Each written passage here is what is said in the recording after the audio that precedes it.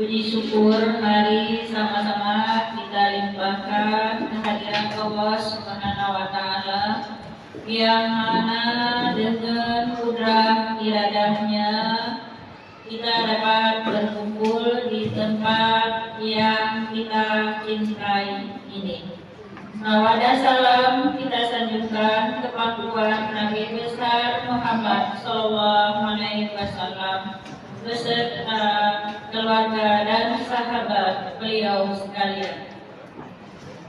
Yang saya hormati Bapak Ibu Guru SD Negeri 11 Bandasari. Baiklah Bapak Ibu, pada hari ini Sabtu tanggal 28 Oktober 2023, kita pada hari jam 10 ini kita akan mengikuti KKG yang akan dipandu oleh Ibu Vera Yunita yang berjudul Diseminasi Penyebaran Pemahaman tentang Budaya Positif. Sebentar lagi beliau akan menyampaikan tentang penyebaran pemahaman tentang budaya positif. Kepada Ibu Vera kami persilakan.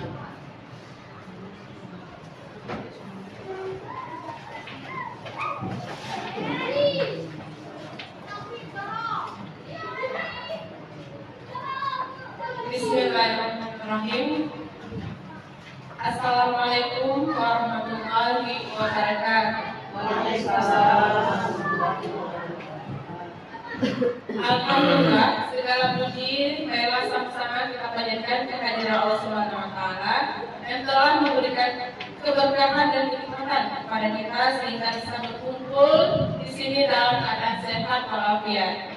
Selawat dan salam marilah sama-sama kita sajikan kepada Nabi besar Muhammad Sallallahu Alaihi Wasallam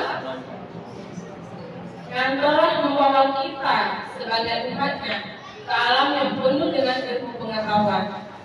Salam hormat saya kepada Ibu Kepala Sekolah dan Ibu Wakil Kepala Sekolah. Salam hormat saya kepada teman-teman guru-guru hebat SD Negeri 11 Bandasari.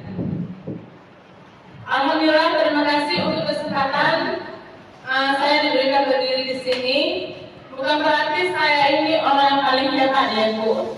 Saya berdiri di sini untuk melakukan diseminasi penyebaran pemahaman yang sudah saya pelajari selama saya belajar menjadi calon guru penggerak. Ini adalah aksi nyata saya di modul 1.4.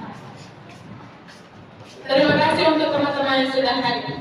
Baiklah, kita mulai untuk melakukan diseminasi penyebaran pemahaman tentang budaya positif ya Ibu.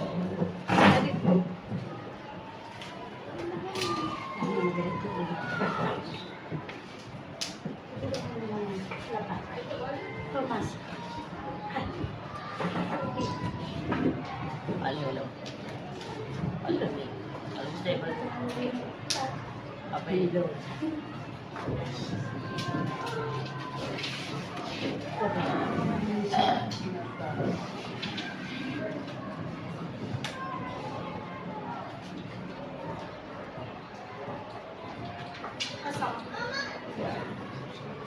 Baiklah Ibu Bapak, guru hebat SD Negeri 11 Bandasari.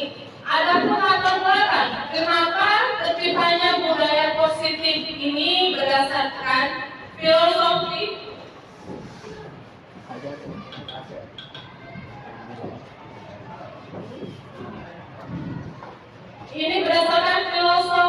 dari Ki Hajar Dewantara, ya, di mana Ki Hajar Dewantara mengumpamakan sekolah sebagai sebuah ladang tempat persemaian bibit. Agar bibit bisa berkembang secara maksimal, maka petani dapat memperbaiki kondisi tanah, memelihara bibit tanaman, memberi pupuk dan air, membasmi ulat-ulat atau jamur yang mengganggu hidup bibit tanaman dan lain sebagainya.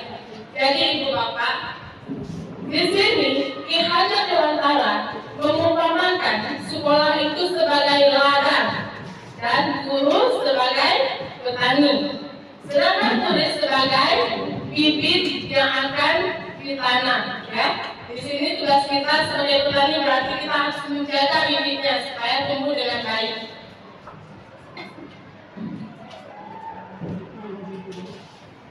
Nah, di sini ada beberapa pertanyaan pemantik.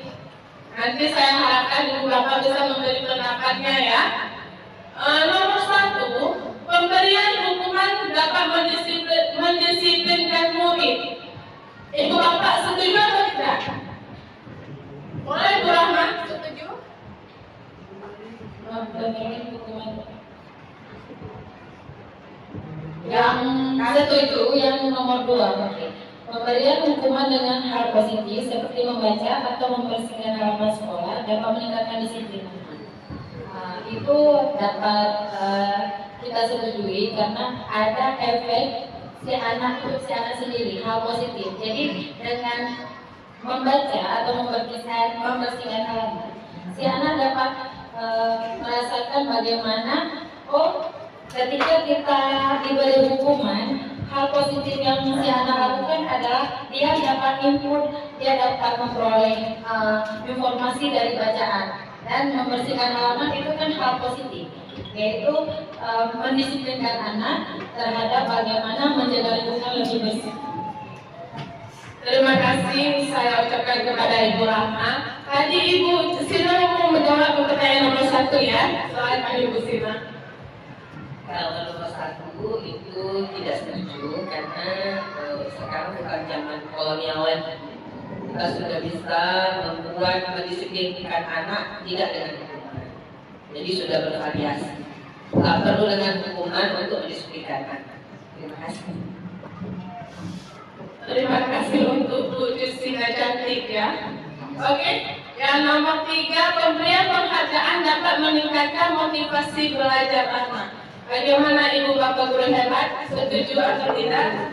Setuju ya. Nah, ini nanti akan ada pembahasannya di depan. Kita lanjut.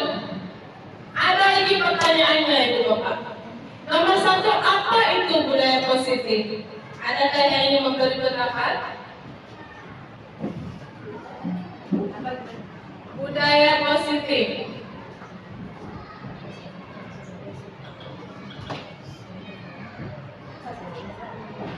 Silakan Ibu Lina.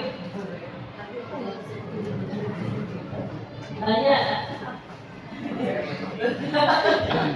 Budaya positif di sekolah udah banyak. Salah satunya yaitu salam ketika masuk sekolah.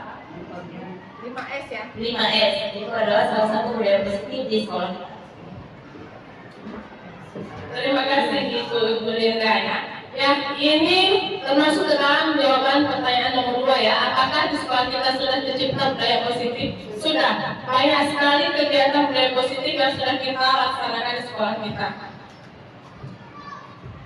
Nah, ini pengertian dari budaya positif merupakan perwujudan dari nilai-nilai kebajikan atau keyakinan universal yang diterapkan di sekolah. Selama ini kita sebagai guru merasa berkewajiban mengontrol perilaku siswa agar memiliki perilaku sesuai yang guru harapkan.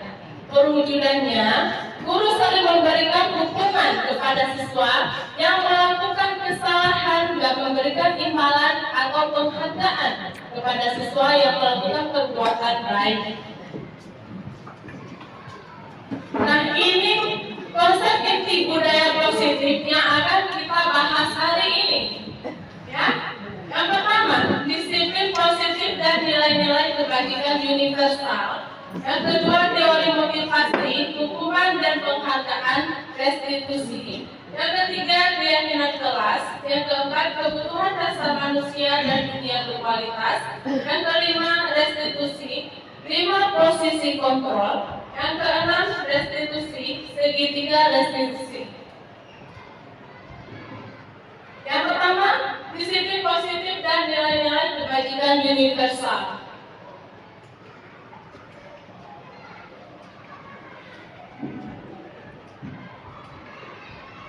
Nah, di sini ada makna kata disiplin.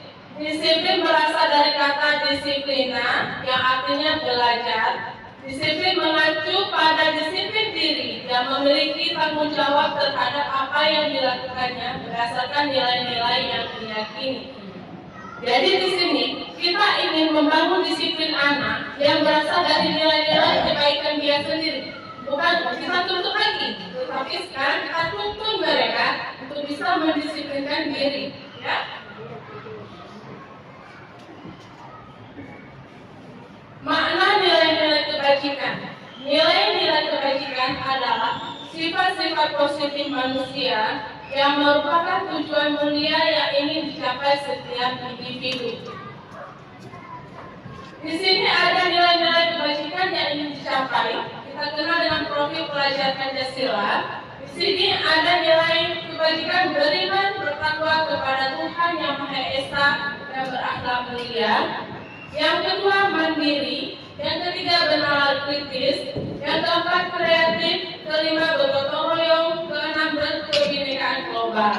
Nah, salah satu kebaikan dari beriman bertakwa, anak itu berakhlakul karimah. Itu bagian dari beriman dan bertakwa kepada Tuhan dan berakhlak mulia ya. Kalau misalnya nilai kebajikan mandiri, apa yang bisa kita petik?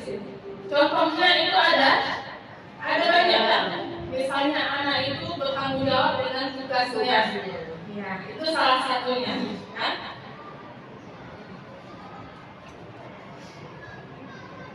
Nah, yang kedua teori motivasi, hukuman dan penghargaan restitusi. Ada 3 motivasi perilaku manusia. Yang pertama, untuk menghindari ketidaknyamanan atau hukuman. Ini ada bersama anak-anak kita ya di sini. Yang kedua, untuk mendapatkan imbalan atau penghargaan dari orang lain.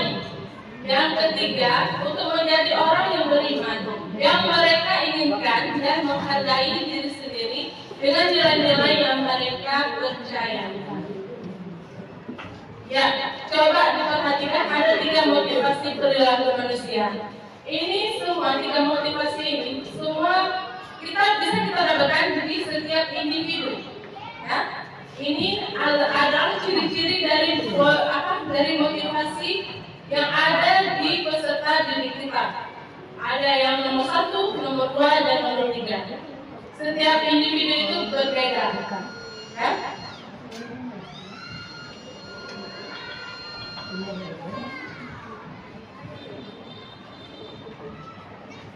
Nah, Ibu Bapak, coba diperhatikan. Ini ada pengertian dari apa itu hukuman. Hukuman bersifat tidak terencana atau tiba-tiba. Anak atau murid tidak tahu apa yang akan terjadi dan tidak dilibatkan.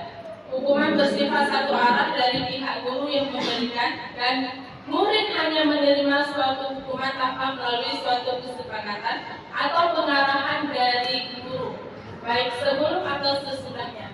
Hukuman yang diberikan bisa berupa fisik maupun psikis. Murid atau anak disakiti oleh suatu perbuatan atau kata-kata. Pernahkah kita memberikan hukuman kepada kita? Pernah ya. Itu sesuatu yang sudah dilakukan secara turun-temurun dari guru kita dulu. Ya. Itu biasanya sifatnya ingin memberikan pembelajaran. Ya bukan? Ya. Tapi terkadang hukuman itu bisa membuat anak-anak itu merasa malu. Misalnya ketika anak-anak terlambat masuk kelas, apa yang akan kita lakukan? Dia sebenarnya telah masuk kelas karena bermain di luar. Apakah kita akan memberikan hukuman kepada dia? Biasanya seperti apa? Boleh kurang kasih pendapat? Orang itu dekat ya? Mungkin kalau saya pribadi tidak memberi hukuman yang terlalu fisik maupun psikis, karena kita lihat juga peserta didik kita itu berefek panjang. Kalau kita beri hukuman fisik itu jatuhnya nanti ke kriminal. Saya kira mencuri itu kan suatu yang tidak dianjurkan dalam kita mendidik. Nah kemudian kalau psikis pasti kita mengatakan tadi itu salah satu bentuk hukuman psikis yang bisa membuat drone anak. Dia pasti akan malu dengan kawan-kawannya. Mungkin yang saya berikan cuma bertanya kenapa dia telat masuk ke dalam kelas. Kalau itu dia memang bermain, ya kita ingatkan aja. Kita ingatkan bahwa itu membuat dia kerugian untuk dia sendiri.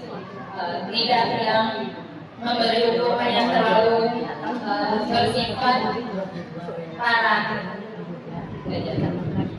Terima kasih Bapak Rahman, jawabannya sangat luar biasa ya.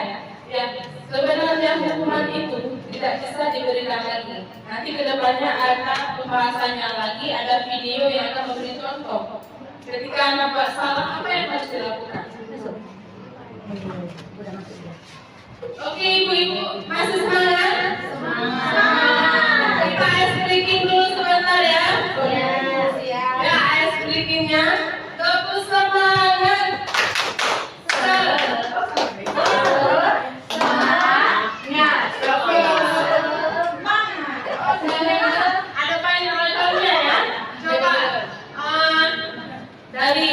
Dari saya coba ini diperhatikan. Terus semangat. Semangat. Semangat. Oke, coba sekali lagi ya. Terus semangat. Semangat. Semangat. Terima kasih.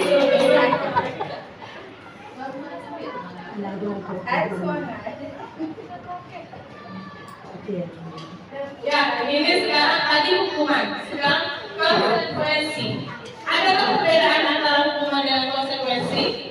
Ada. Kalau hukuman itu tidak terencana, kalau konsekuensi sudah terencana atau sudah disepakati, sudah dibahas dan disetujui oleh murid dan guru. Umumnya bentuk-bentuk konsekuensi dibuat oleh pihak guru sekolah dan murid sudah mengetahui sebelumnya konsekuensi yang akan diterima bila ada pelanggaran. Pada konsekuensi, murid tetap dibuat tidak nyaman untuk jangka waktu pendek. Konsekuensi biasanya diberikan berdasarkan suatu data yang umumnya dapat diukur. Misalnya, setelah 3 kali tugasnya tidak diselesaikan pada batas waktu yang diberikan, atau murid melakukan kegiatan di luar kegiatan pembelajaran, misalnya mengobrol, maka murid tersebut akan kehilangan waktu bermain dan harus menyelesaikan tugas karena ketertinggalannya. Peraturan dan konsekuensi yang mengikuti ini sudah diketahui sebelumnya oleh murid. Sikap guru di sini senantiasa memonitor murid. Nah, ini contohnya.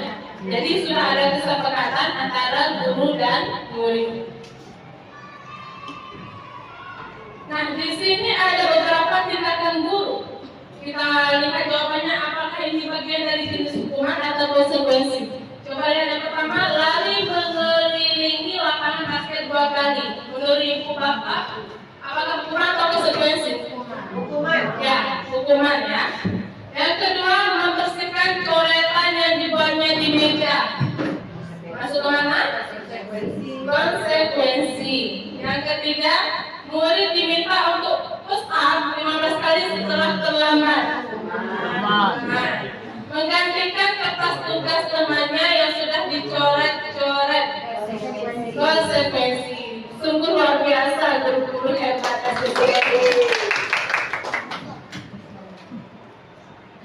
Ini yang tadi jawabannya sama. Nah, ini apa itu restitusi? Restitusi adalah proses menciptakan kondisi bagi murid untuk memperbaiki kesalahan mereka, sehingga mereka bisa kembali pada kelompok mereka dengan karakter yang lebih kuat. Restitusi juga merupakan proses kolaboratif yang mengajarkan murid untuk mencari solusi untuk masalah mereka dan membantu murid berpikir tentang orang seperti apa yang mereka inginkan dan bagaimana mereka harus memperlakukan orang lain. Ini sekarang sudah dikenal dengan restitusi. Ini mengandung nilai-nilai kebaikan dari diri sendiri murid itu. Ketika mereka buat kesalahan, mereka harus memperbaikinya. 9 ciri-ciri restitusi. Yang pertama, bukan untuk menebus kesalahan, namun untuk belajar dari kesalahan. Yang kedua, memperbaiki hubungan. Yang ketiga, tawaran, bukan paksaan. Yang keempat, restitusi menuntun untuk melihat ke dalam diri.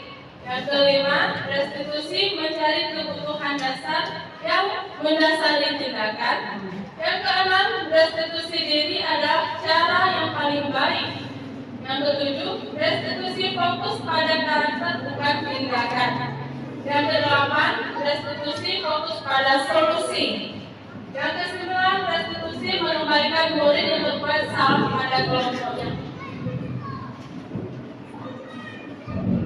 Ya, selanjutnya keyakinan kelas. Nah, apakah semua kelas sudah membuat keyakinan kelas? Sudah? Sudah. Ada beberapa. Ada beberapa kelas yang sudah melaksanakan keyakinan kelas ya, dan ada juga yang tidak. Apa itu keyakinan kelas?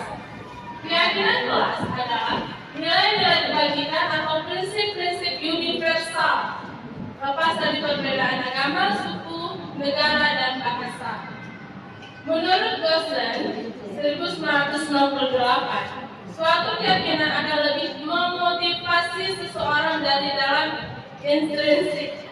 Seseorang akan lebih bersemangat untuk menjalankan keyakinannya daripada hanya sekedar mengikuti peraturan.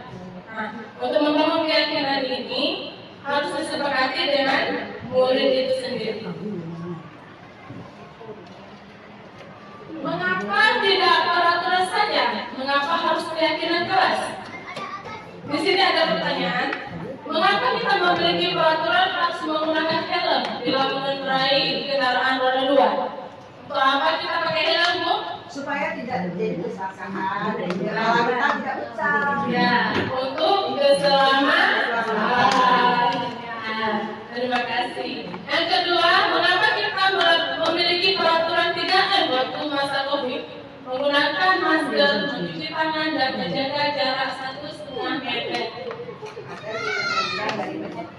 Ya, dari COVID. ya. Maksudnya sama juga, katanya yang berbeda. Ya, untuk kesehatan kita. Jadi setiap peraturan yang dibuat pemerintah itu tujuannya baik, ya. Mengapa keyakinan kelas? Mengapa tidak peraturan kelas saja? Menekankan pada keyakinan seseorang akan lebih memotivasi seseorang dari dalam. Seseorang akan lebih tergerak dan bersemangat untuk menjalankan keyakinannya daripada hanya sekedar mengikuti serangkaian peraturan.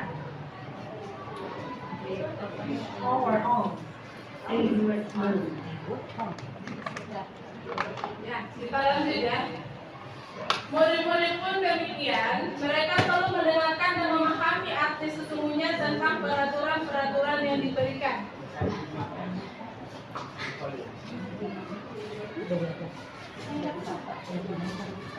Apa nilai-nilai kebajikan di balik peraturan tersebut?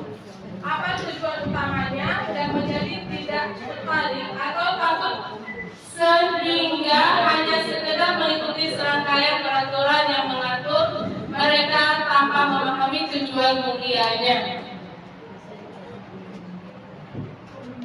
Nah, di sini ada contoh ya, Ibu Bapak Guru hebat. Coba diperhatikan antara kesepakatan kelas A dan kesepakatan kelas B. Yang mana yang merupakan keyakinan kelas dan mengapa?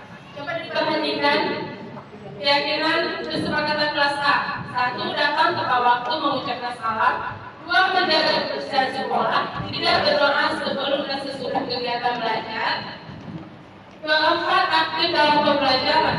Sedangkan keyakinan kesepakatan kelas B, kami guru dan murid yang saling menyayangi. Kami murid yang semangat belajar.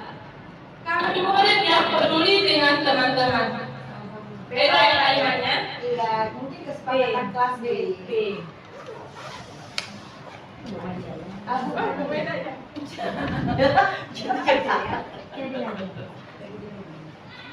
Menurut saya kesepakatan kelas yang kesepakatan kelas B karena ada mengandung kata kami. Artinya yang membuat itu adalah siswa.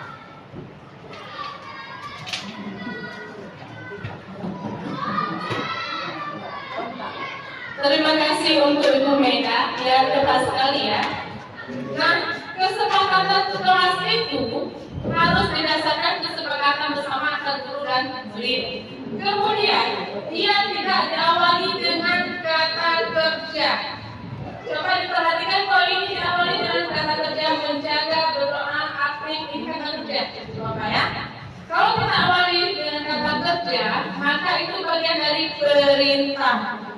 Maka kesepakatan kelas yang sebenarnya ini adalah kita awali dengan dengan subjek ya atau dengan kata-kata yang lain. Ya, kalimatnya kalimat positif, bukan kalimat negatif. Ini contoh keyakinan kelas dari beberapa kelas, ada kelas 1, kelas 5, dan kelas 7. Berbeda-beda, tapi tujuannya positif ya, mengandung nilai-nilai kebaikan. Bisa kita coba lihat yang keyakinan kelas 5 ya. Selalu bersikap positif, senantiasa menjadi diri terbaik, percaya dan menghormati orang lain serta barang miliknya, berkomitmen terhadap setiap tugas, senantiasa membantu. Ini tidak diawali dengan kata kerja, ya. Tidak memerintah, tapi kita sudah bersepakat bersama-sama untuk menanamkan nilai-nilai kebaikan ini di dalam diri kita dan murid kita, sehingga mereka akan tergerak sendiri untuk melakukan yang terbaik. Yang keempat, kebutuhan dasar manusia dan dunia berkualitas. Ada 5 kebutuhan dasar manusia. Ini semua ada di dalam diri kita. Coba diperhatikan. Ini ada kebutuhan untuk bertahan hidup. Adakah di diri kita? Ada yang cukup? Ada. Ya. Untuk bertahan hidup kita harus makan, minum, dan lain sebagainya. Kemudian kasih sayang dan rasa diterima. Adakah yang tidak punya rasa kasih sayang di sini? Tidak ada. Karena ini bagian dari kebutuhan kita. Yang ketiga, kesenangan. Ada yang tidak suka bersenang-senang? Tidak ada. Semua ingin senang. Kemudian kebebasan. Iya, semua suka bersenang-senang. Ya, yang keempat kebebasan. Ya. Yang kelima penguasaan. Selanjutnya, yang kelima restitusi posisi kontrol. Ya, restitusi posisi kontrol ada yang sebagai penghukum di sini. Posisinya ada yang sebagai penghukum, ada pokok orang merasa bersalah, ada sebagai teman, ada sebagai pemantau, dan sebagai manajer. Mudah-mudahan kita sebagai guru bisa memposisikan kita sebagai manajer, ya, jangan sebagai penghukum. Ini ada video bisa ditonton sebentar.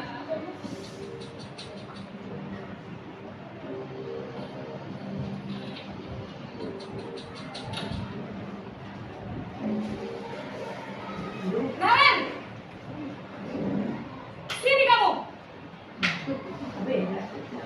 Selamat pagi, Bu. Selalu terlambat. Kamu deh, pasti terlambat. Maaf, Bu. Saya Apa? Apa coba? Alasan kamu apa lagi? Kapan sih kamu tidak terlambat?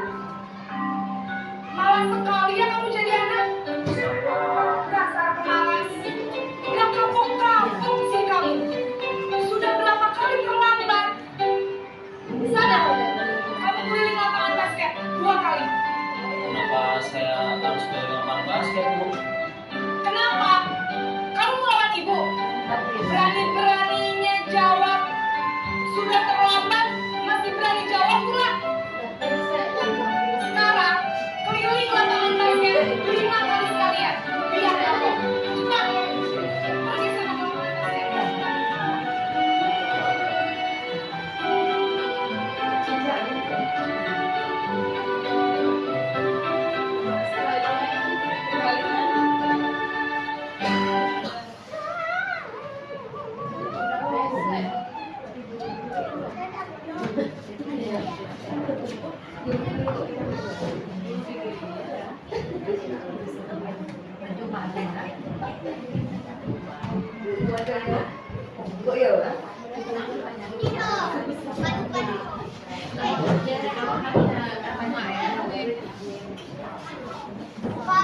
Ya, tadi kita sudah melihat video antara ibu guru dengan muridnya.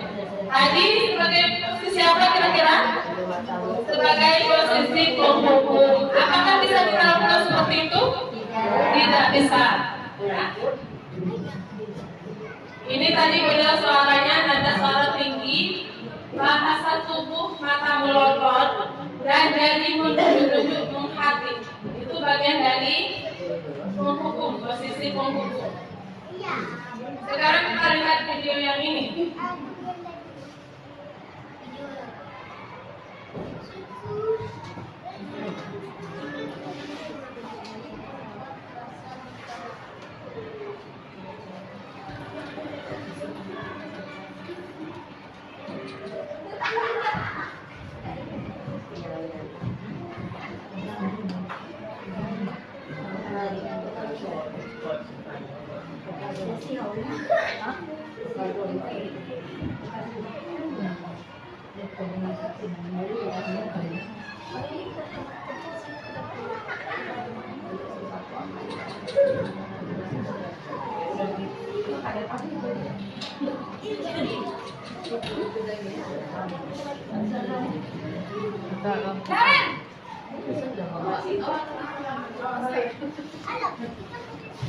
Pagi Bu.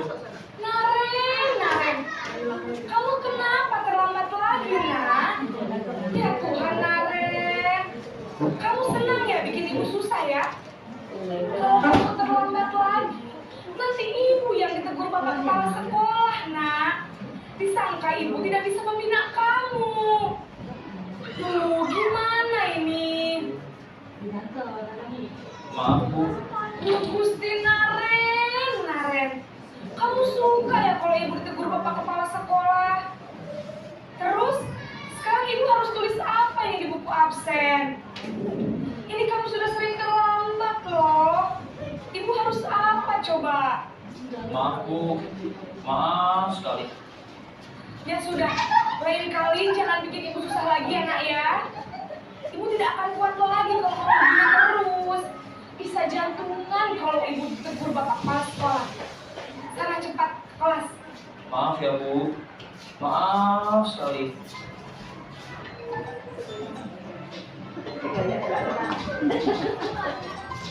Yang barusan adalah posisi pembuat rasa bersalah.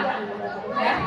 Ini pada posisi ini biasanya guru akan bersuara lebih lembut. Pembuat rasa bersalah akan menggunakan keheningan yang membuat orang lain merasa tidak nyaman, bersalah atau rendah diri. Dampak pada murid akan merasa bersalah telah mengecewakan ibu atau bapak gurunya. Murid akan merasa menjadi orang yang gagal dan tidak sanggup membahagiakan orang lain. Kadang-kala sikap seperti ini lebih berbahaya dari sikap penghukum, karena emosi akan ditanam melakukan di dalam murid menahan perasaan. Itu bagian dari posisi membuat rasa bersalah. Pernahkah kita melakukannya? Sering ya? Ibu sudah sering. Oke, video selanjutnya.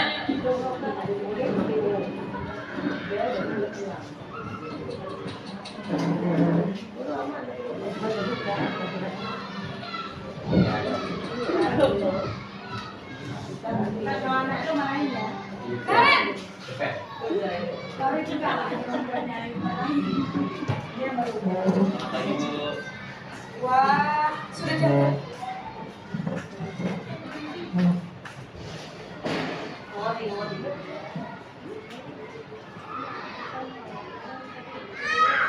Apa ini nak? Terlambat lagi ya sayang.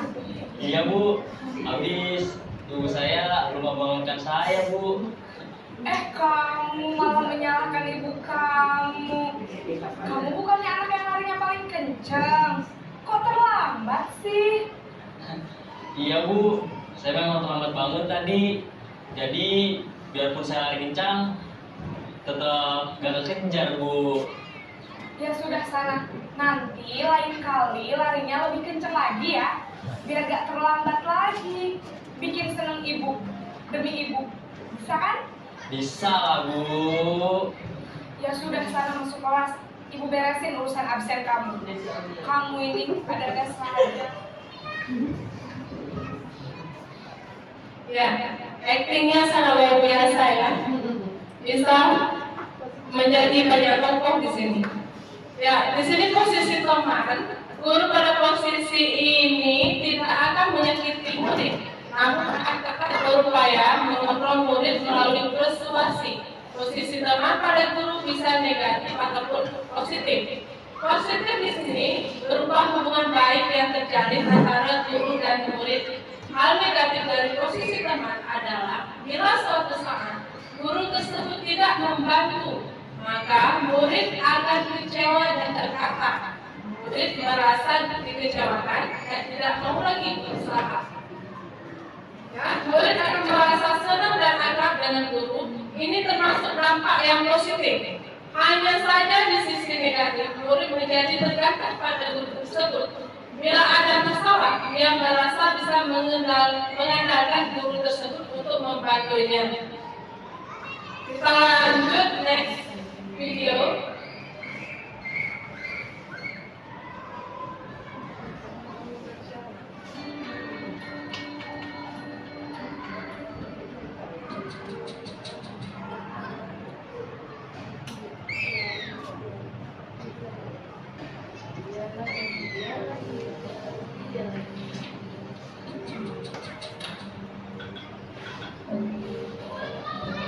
Naren,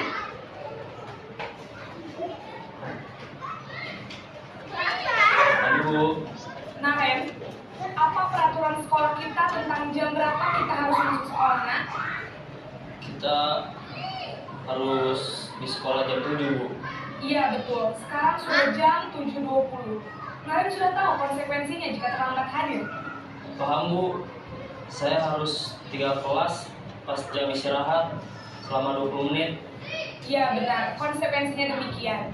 Jadi nanti jam 9.30 pas istirahat, kamu harus tinggal di kelas, kerjakan tugas tambahan untuk ketertinggalan kamu, ya?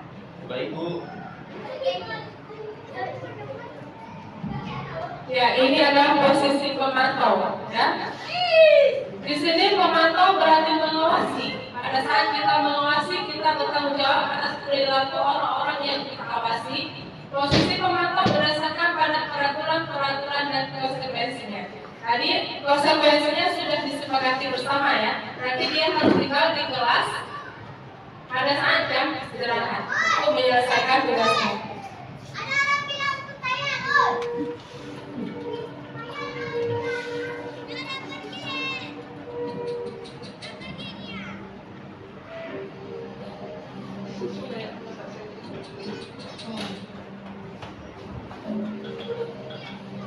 Naren,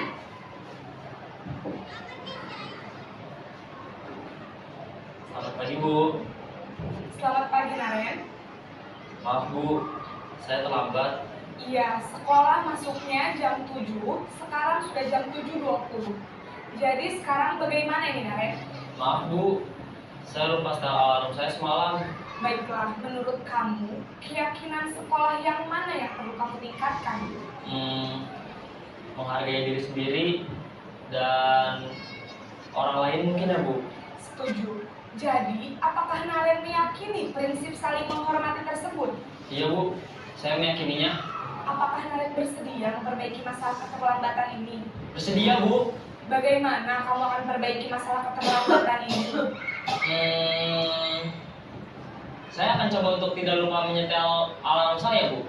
Baik, kalau Naren lupa menyetel alarm di rumah, ada orang yang kira-kira bisa bantu mengingatkan tidak? Ada, Bu. Kakak saya, Kak Emma. Ada lagi selain Kak Emma? Selain Kak Emma, ada ibu saya. Baik, jadi yang mengingatkan Naren adalah Kak Emma dan ibu kamu ya? Kira-kira akan mulai setel alarm kapan nih Naren? Setelah pulang sekolah, akan segera saya lakukan. Baik, jadi Naren akan setel alarm untuk bangun besok pagi dan akan diingatkan oleh kakak dan ibunda Naren ya. Ada lagi yang mungkin perlu dilakukan Naren agar tidak terlambat bangun lagi. Tidak ada, Bu. Baik Naren, terima kasih untuk kerjasama kamu. Sekarang kamu perlu kembali ke kelas untuk belajar. Baik, Bu. Terima kasih. Ya, Ibu Bapak guru hebat. Tadi posisi guru yang ada di video tersebut itu sebagai manajer, ya. Kita sebagai guru hebat harus menjadi manajer untuk murid-murid kita. Pada saat anak kita membuat kesalahan, siswa kita membuat kesalahan, kita harus bisa menyelesaikan masalah itu dengan menggunakan segitiga restitusi. Nanti kedepannya akan kita bahas, ya.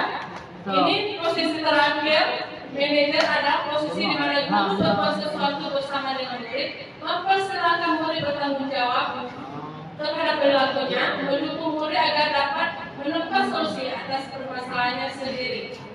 Ya. Di sini fokus ada pada murid, bukan untuk membahagiakan guru atau orang tua. Murid sudah mengetahui adanya suatu masalah dan sesuatu perlu terjadi.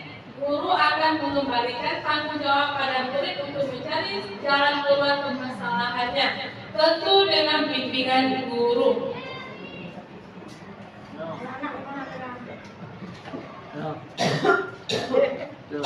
Ya, ini yang terakhir segitiga restitusi.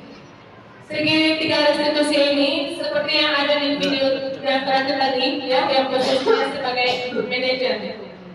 Segitiga restitusi adalah suatu proses dialog yang dijalankan oleh guru atau orang tua agar dapat menghasilkan murid yang mandiri dan bertanggung jawab. Ini dia, ya, segitiga restitusi. Yang pertama yang harus dilakukan oleh guru ketika muridnya membuat kesalahan yaitu menstabilkan identitas. Ya, di sini kita bisa menggunakan kalimat-kalimat yang ada di sini seperti setiap orang pasti pernah melakukan kesalahan. Atau bisa kita awali dengan kamu bukan satu-satunya yang pernah melakukan ini. Ya, ini bagian dari menstabilkan identitas. Kemudian langkah kedua yang harus dilakukan guru, ya, setelah menstabilkan identitas yaitu validasi tindakan yang salah. Kalimat yang bisa kita gunakan, ya, kamu tentu punya alasan mengapa melakukan ini. Adakah cara yang lebih efektif untuk mendapatkan apa yang kamu butuhkan? Yang terakhir menanyakan keyakinan. Di sini kita bisa gunakan kata-kata seperti keyakinan kelas apa yang sudah kita sepakati. Dan kamu ingin menjadi orang yang seperti apa? Nah, ini saya sudah praktekkan segitiga restitusi ini. Dan betul ya, ketika kita mau menggunakan segitiga restitusi ini, siswa itu merasa dihormati dan dia tidak merasa malu dan mau memperbaiki kesalahannya ketika dia membuat sebuah kesalahan. Ya, semoga kita semua guru-guru hebat SD11 ini bisa melakukan hal-hal seperti itu ya. Bagian dari segitiga restitusi ini bisa kita ciptakan, bisa kita berdayakan di sekolah kita.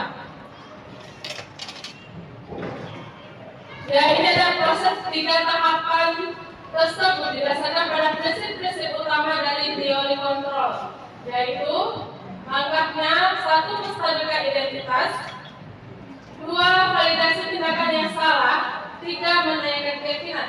Teori kontrolnya, kita semua akan melakukan hal terbaik yang bisa Kemudian semua perilaku memiliki alasan.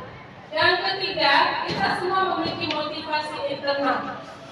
Jadi kita harus menciptakan nilai-nilai kebaikan pada diri murid kita, harus memberi motivasi intrinsik. Intrinsik itu berarti motivasi dari dalam dirinya sendiri. Ya, ini untuk membangun sebuah budaya yang positif di lingkungan kita. Ya, terima kasih untuk semua penutup ya. Dalam penerapan program disiplin positif, hendaknya guru memiliki standar kepribadian, profesional dan sosial yang baik, di mana guru mampu merefleksi dirinya dalam posisi kontrol saat ini. Bagaimana perjalanan dirinya sebagai pemain manajer yang menuntun murid-muridnya menjadi insan mandiri, merdeka dan bertanggung jawab standar nasional pendidikan. Ya. Terima kasih untuk kesempatan hari ini. Jadi semoga ini bermanfaat buat saya dan buat kita semua. Ya. Sebelum saya menutup acara ini, saya mau baca pantun dulu. Ini baru harus direkam. Tadi pas pembukaan lupa baca pantunnya. Anak sekolah main di taman. Berjalan kaki atas titian.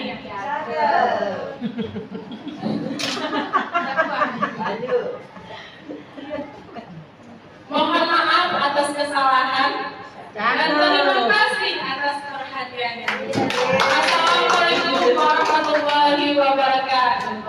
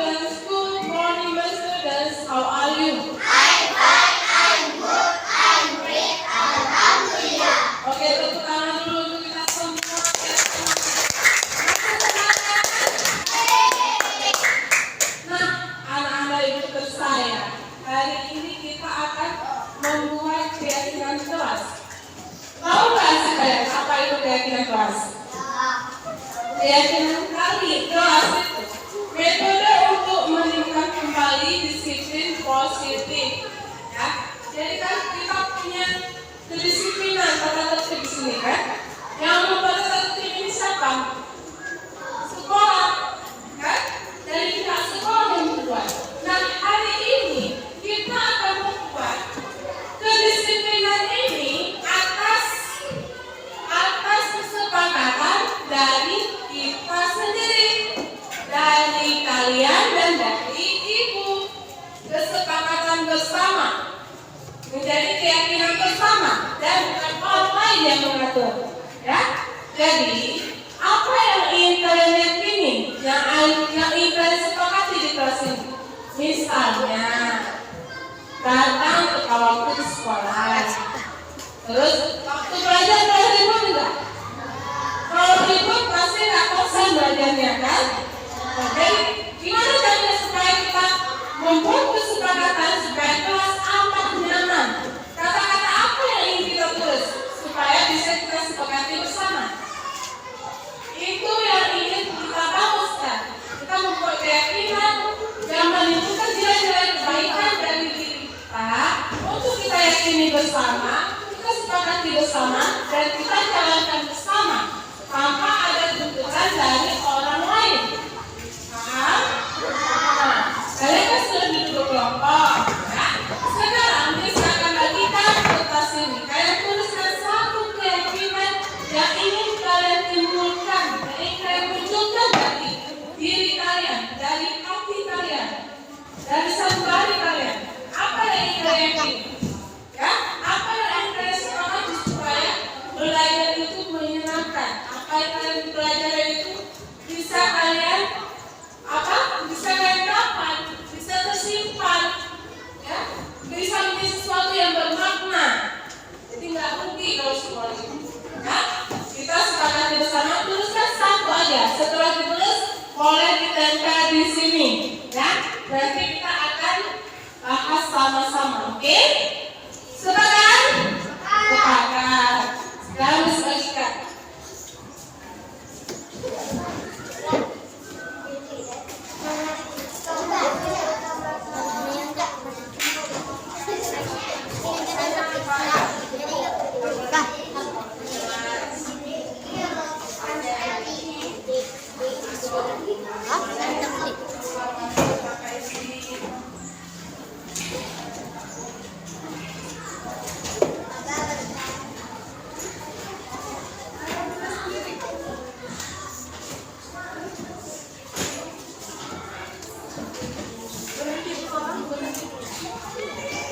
Baiklah, sudah selesai ditulis apa yang ingin kalian sepakati hari ini.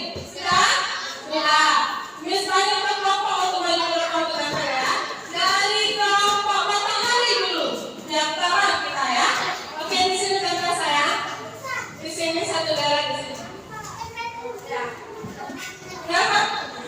Anda terus satu darah di sini. Di atas.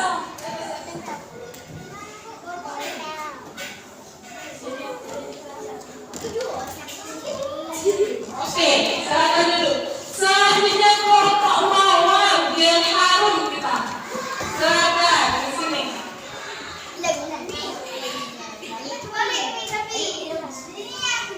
Tempel. Oke, terima kasih sayang. Selanjutnya kelompok melapi biar harum lagi kita ya.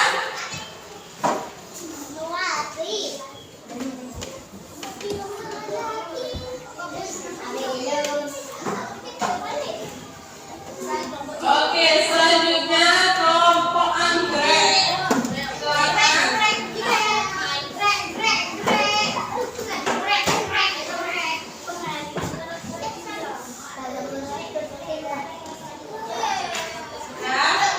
Ya. Dan yang terakhir, yang terakhir ya, ini kelompok Sanura. Ayo silakan.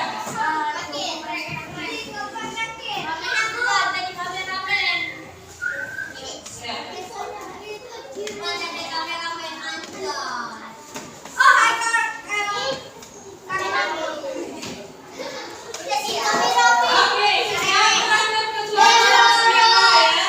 Di bawah ketua kelasnya.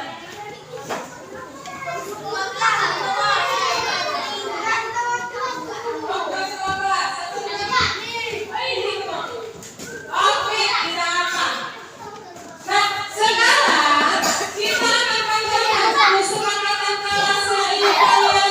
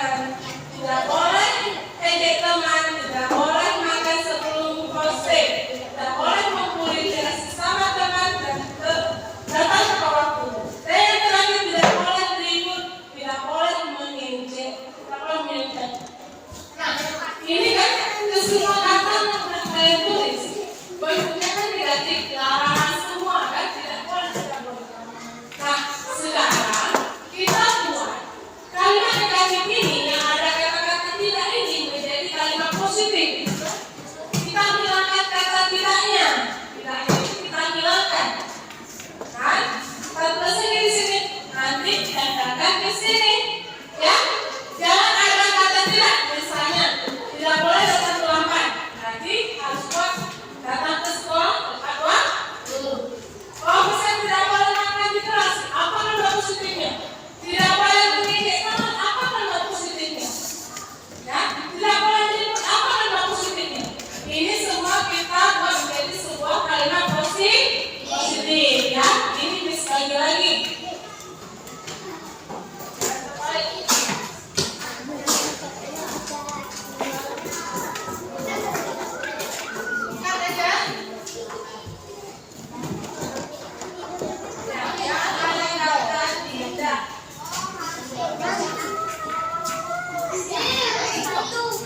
Udah stop. Tadi kan udah kalian tuliskan tentang yang kelas kalian. Dan disuruh tulis kalimat positifnya. Sudah kalian buat? Oke. Kelompok matahari dituliskan di sini. Kelompok matahari.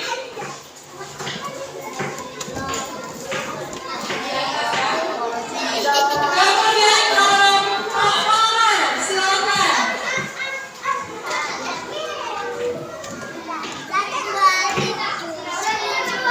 Ya. Kemudian kelompok melati, silakan. Ya.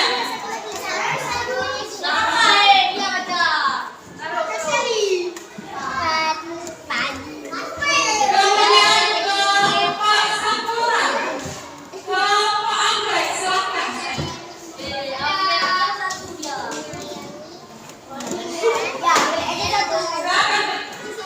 Ya.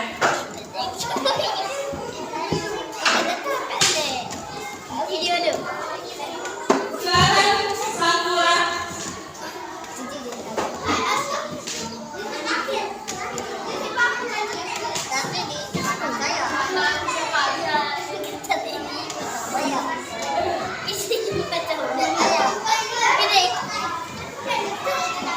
Terima kasih ayah saya. Sayang, coba kita perhatikan kalimat positif yang sudah kalian tulis. Apa aja ya kalimat positifnya? Coba sekarang kita baca sama-sama, ya. Di sini ada yang tuliskan pergerakan guru saat belajar. Ada kita bahas saat posting, ya. Maksudnya waktu istirahat. Oke. Tadi kan dilarang makan waktu belajar, dilarang makan di dalam kelas. Berarti makanya waktu istirahat. Kemudian ada yang tulis harus datang tepat waktu, sopan kepada guru, membuang sampah pada tempatnya. Saat belajar tidak boleh berikut, saat belajar tidak boleh jontek. Kemudian saling menyayangi dengan teman. Kemudian harus saling menyayangi dan menghormati. Kita harus menjaga kebersihan di kelas. Nah, saya luar biasa. Tepuk tangan untuk kita semua. Sungguh luar biasa ya. Buat sini. Nah, saya ini adalah kalimat positif yang harus kalian lakukan di dalam diri kalian. Supaya ini bisa kita jalankan ketika kita berada di sekolah dan di dalam kelas. Nah, besok kalau kita membaca di kelas alif, ya misalnya, kalau kita membaca di kelas, kita tidak boleh mulai membaca kata kerja.